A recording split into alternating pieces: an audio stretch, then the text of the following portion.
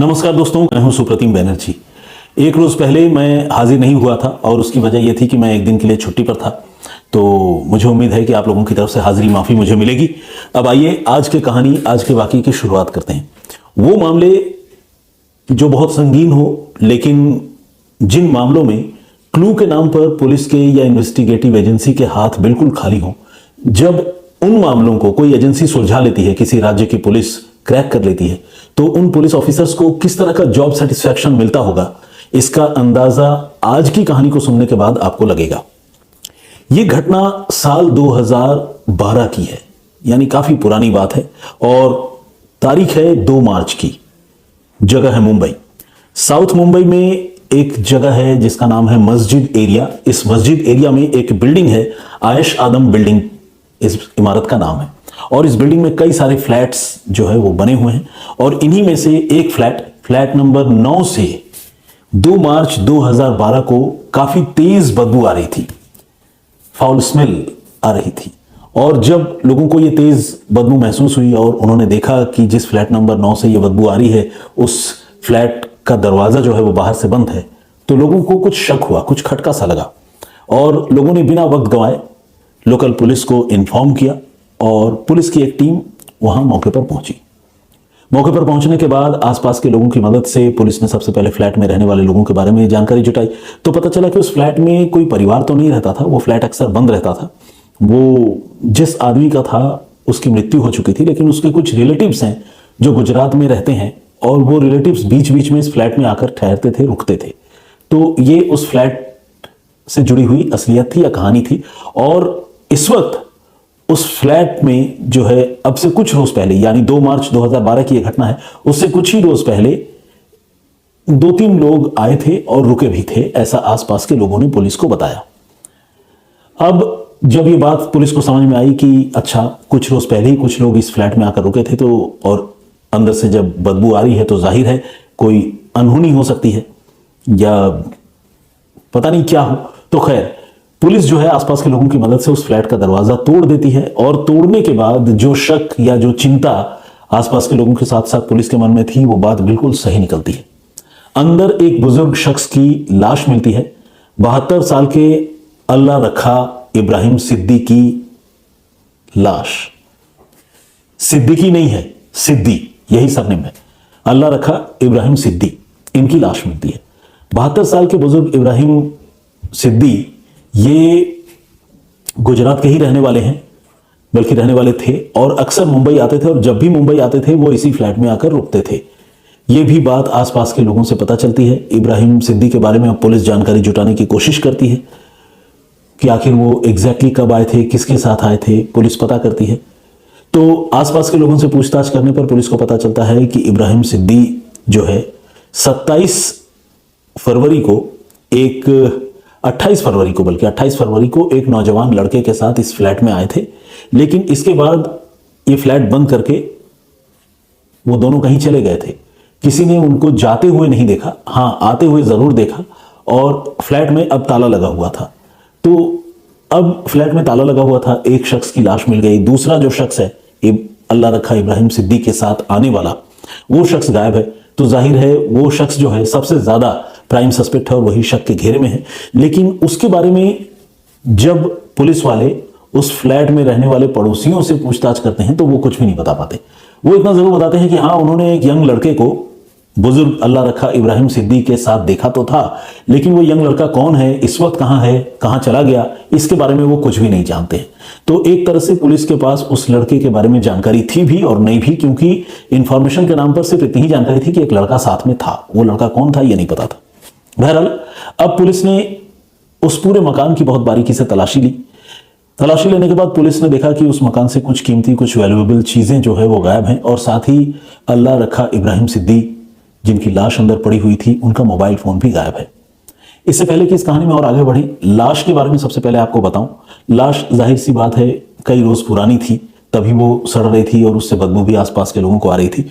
लाश पर गले में स्ट्रैंगुलेशन मार्क जो है वो पुलिस को दिखाई दे रहे थे, यानी गला घोंट कर बुजुर्ग इब्राहिम की हत्या की गई थी, ये बात भी क्लियर थी। और मौके पर ही एक बेल्ट भी पड़ा हुआ था जिससे इस बुजुर्ग शख्स का गला घोंटा गया था। यानी मामला कत्ल का था, यह भी क्लियर था। और कत्ल का नहीं होता ऐसा तो संभव ही नहीं है, क्योंकि जब अंदर लाश पड़ी और बाहर से किसी ने ताला लगा रखा है तो यकीनन मामला कत्ल का ही हो सकता है। तो खैर, अब जब पुलिस को ये सारी बातें पता चली और पुलिस ने देखा कि घर से कुछ कीमती चीजें और इब्राहिम सिद्दीकी का मोबाइल फोन भी गायब है, तो पुलिस के लिए ये इस केस को क्रैक करना थोड़ा और चैलेंजिंग हो गया। क्योंकि मोबाइल फोन अगर पुलिस के हाथों में होता तो शायद उसको स्कैन करके या उसको खोलकर पुलिस उससे कुछ जानकारी और निकाल पाती, लेकिन यहां तो फोन ही गायब था। तो पुलिस की जांच जो है अब मोबाइल फोन की जो कॉल डिटेल है उसके ऊपर निर्भर करने वाली थी। लेकिन इसी बीच जब पुलिस ऑफिसर्स ने उस सीन ऑफ क्राइम का मुआयना किया तो उन्होंने देखा कि उस कमरे में एक डस्टबिन भी रखा हुआ है और उस डस्टबिन में एक ट्रेन का टिकट फाड़ कर फेंका गया है। कई बार होता है ना, यूजलेस पेपर जो होता है हम लोग फाड़ देते हैं और उसके बाद डस्टबिन में डाल देते हैं, तो उसी तरह से एक ट्रेन का टिकट जो है फाड़कर उस डस्टबिन में फेंका गया था। पुलिस की नजर उस टिकट पर पड़ती है और पुलिस जो है उस टिकट को उठा लेती है। उठाने के बाद पुलिस ये देखती है कि ये टिकट जो है अहमदाबाद से मुंबई सेंट्रल के बीच चलने वाली एक ट्रेन का है और जिस ट्रेन का भी वो टिकट है वो जो है जनरल बोगी का टिकट है और 2 पैसेंजर्स जो है उसके नाम पर उनके लिए ये टिकट बना हुआ है। साथ ही डेट है ट्रैवलिंग का वो है 27 फरवरी। जाहिर सी बात है, जैसा कि मैंने आपको बताया कि अल्लाह रखा इब्राहिम सिद्दीकी जो है वो गुजरात के रहने वाले थे, मुंबई में यहाँ आते थे। कुछ रोज पहले 2 लोगों को देखा था आसपास के लोगों ने, जिसमें एक तो इब्राहिम सिद्दीकी साहब खुद थे और दूसरा उनके साथ मौजूद एक नौजवान शख्स था। फिर ये टिकट भी मिला जो 27 तारीख का बना हुआ था। तो ये सारी चीजें इस बात की तरफ इशारा कर रही थी कि ये टिकट वही टिकट है जिस टिकट पर अल्लाह रखा इब्राहिम सिद्दीकी और उनके साथ वाले उस नौजवान लड़के ने ट्रैवल किया है। तो जो सोर्स स्टेशन था जहां से इन्होंने अपने सफर की शुरुआत की वो अहमदाबाद ही था और अहमदाबाद से मुंबई सेंट्रल तक इस ट्रेन में ये दोनों पहुंचे थे। ये बात साफ हो गई। अब मुंबई पुलिस की एक टीम फौरन अहमदाबाद पहुंचती है और अहमदाबाद में जिस ट्रेन से ये दोनों लोग आए थे उस ट्रेन के बारे में ज्यादा से ज्यादा जानकारी जुटाती है। साथ ही आरपीएफ यानी रेलवे प्रोटेक्शन फोर्स से बात करके उनसे इस ट्रेन के जो जनरल बोगियां हैं उन बोगी में बैठने वाले मुसाफिरों की तस्वीरें और वीडियोस मांगती है मुंबई की पुलिस।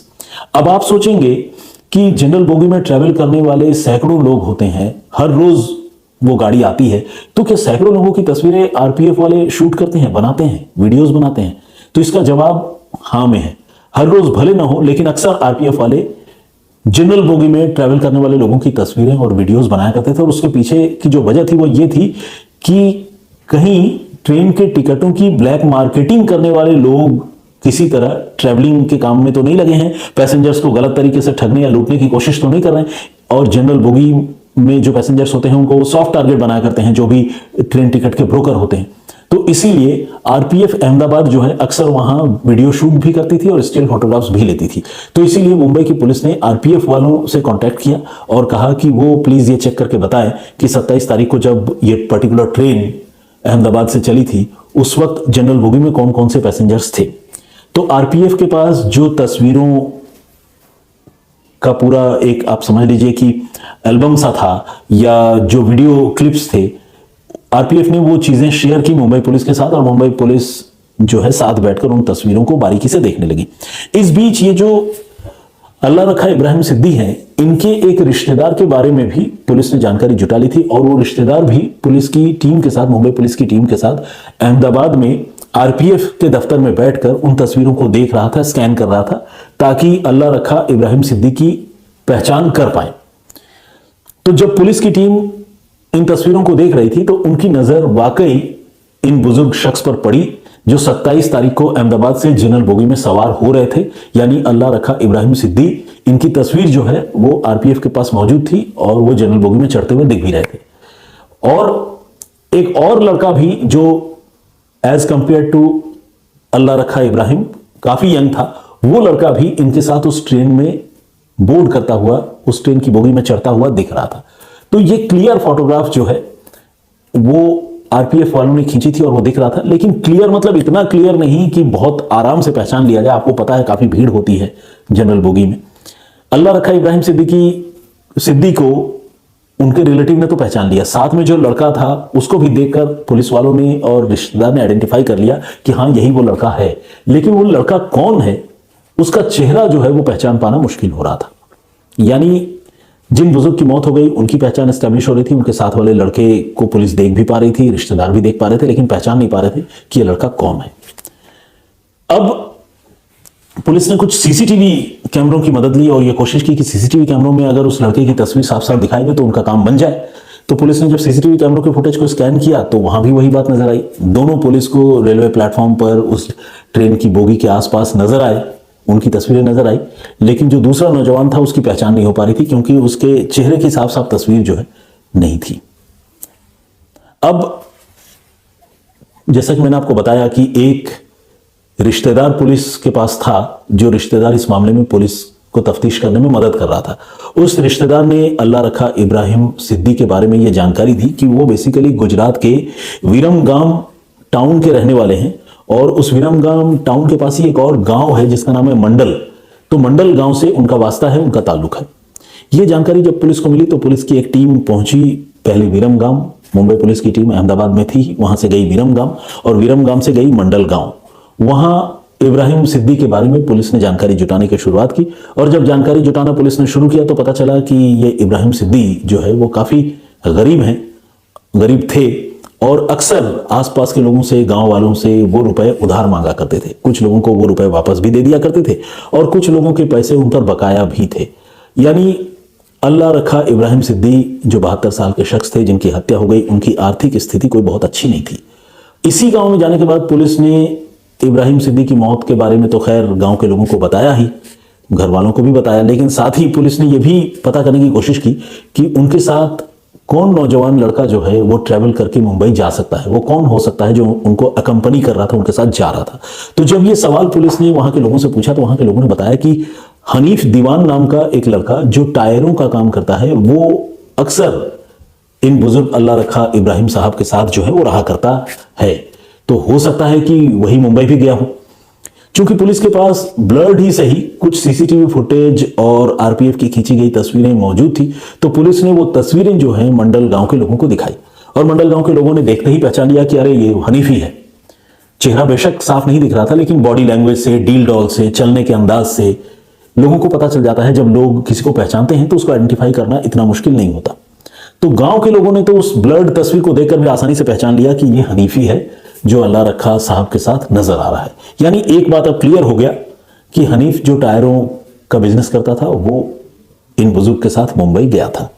पुलिस की एक टीम ने, जो टीम वहां थी, उसने फौरन दबिश दी हनीफ के घर और 20 साल के हनीफ को पुलिस ने उसके घर से धर दबोचा, उसे पकड़ लिया। शुरुआती पूछताछ में हनीफ ने अनभिज्ञता जताई, कहा उसे नहीं पता कि इनकी हत्या कैसे हो गई। तमाम झूठ सच बोले, लेकिन चूंकि सबूत बहुत पक्के थे और इशारा कर रहे थे कि कत्ल के वक्त ये वहां पर था, तो हनीफ को अपना जुर्म कबूल करना पड़ा और उसने मान लिया कि हाँ, उसी ने अल्लाह रखा इब्राहिम सिद्दी की हत्या कर दी थी और हत्या 28 फरवरी को ही की थी। उसके बाद वो गुजरात भाग आया। उसने बताया कि उसने सबूत मिटाने के इरादे से उनका भी मोबाइल फोन लूट लिया था और अपना जो खुद का मोबाइल फोन है, ये दोनों मोबाइल फोन वो आते हुए मुंबई से गुजरात बीच रास्ते में उसने एक नदी में फेंक दिया।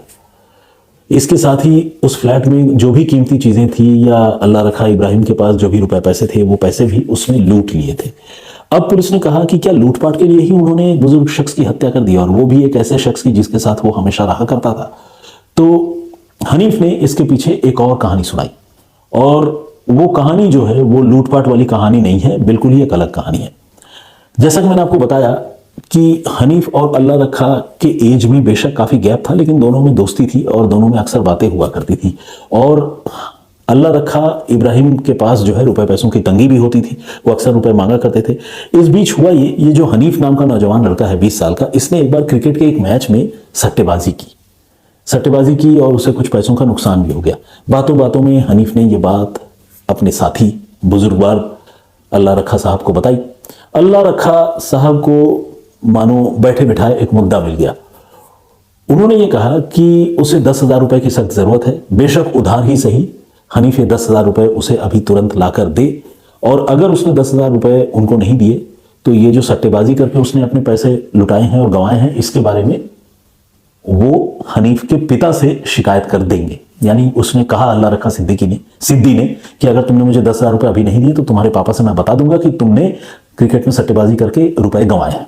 अब ये सुनकर हनीफ दीवान जो है वो थोड़ा परेशान हो गया, क्योंकि वो अपने पिता से डरता था और उसे लगता था कि अगर उसकी पोल खुल गई तो बेइज्जती भी होगी और हो सकता है कि उसके पिता कोई सजा भी दें। तो वो अल्लाह रखा का मुंह बंद करने के लिए रुपए देने पर राजी हो गया और 10,000 रुपए उधार के तौर पर ही सही बुजुर्ग अल्लाह रखा को दे दिए। इसके बाद दिन महीने साल गुजरते रहे और हनीफ अपने रुपए मांगता रहा। अल्लाह रखा जो है वो रुपए देने से टाल मटोल करते रहे, बहाने बनाते रहे। उनके पास पैसे थे भी नहीं, कोई सोर्स ऑफ इनकम ऐसा था भी नहीं कि वो वापस कर पाते। धीरे धीरे वक्त गुजरता रहा और हनीफ का गुस्सा अल्लाह रखा इब्राहिम सिद्दीक के ऊपर लगातार बढ़ता रहा, क्योंकि 10,000 रुपए उसे मिलने की गुंजाइश लगातार कम पड़ती जा रही थी, कम होती जा रही थी। एक रोज हनीफ ने बड़े कड़े अंदाज में, सधे हुए शब्दों में कहा अल्लाह रखा साहब से कि भाई अब तो 10,000 रुपए देने पड़ेंगे, काफी वक्त हो गया, ऐसे नहीं चलेगा। तो अल्लाह रखा ने कहा ठीक है, वो किसी काम से मुंबई जा रहे हैं, तो अगर वो भी साथ चल चले तो मुंबई में ही दे देंगे, क्योंकि मुंबई में उसे कुछ पैसे भी मिलने वाले हैं। ये बात जब हनीफ ने सुनी तो उसे भी उम्मीद जगी कि ठीक है, डूबा हुआ पैसा वापस मिलेगा, एक बार मुंबई का ट्रिप भी लगा लेता हूं, क्या बुरा है।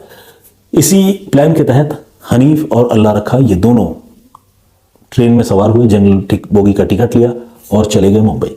मुंबई पहुंचकर हनीफ ने फिर से रुपए मांगे और इस बार भी अल्लाह रखा अपनी आदत के मुताबिक रुपए देने की जगह जो है टाल मटोल कर रहे थे, बहाने बना रहे थे और बात घुमा रहे थे।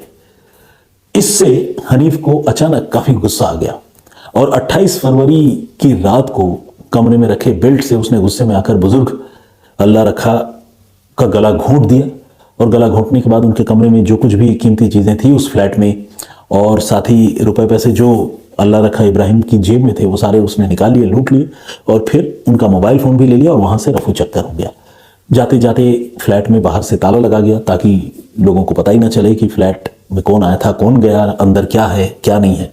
और वो अपने गांव में इत्मीनान से आकर रहने लगा। किसी को इसके बारे में कोई जानकारी नहीं थी कि वो मुंबई जाकर एक मर्डर करके आ गया है।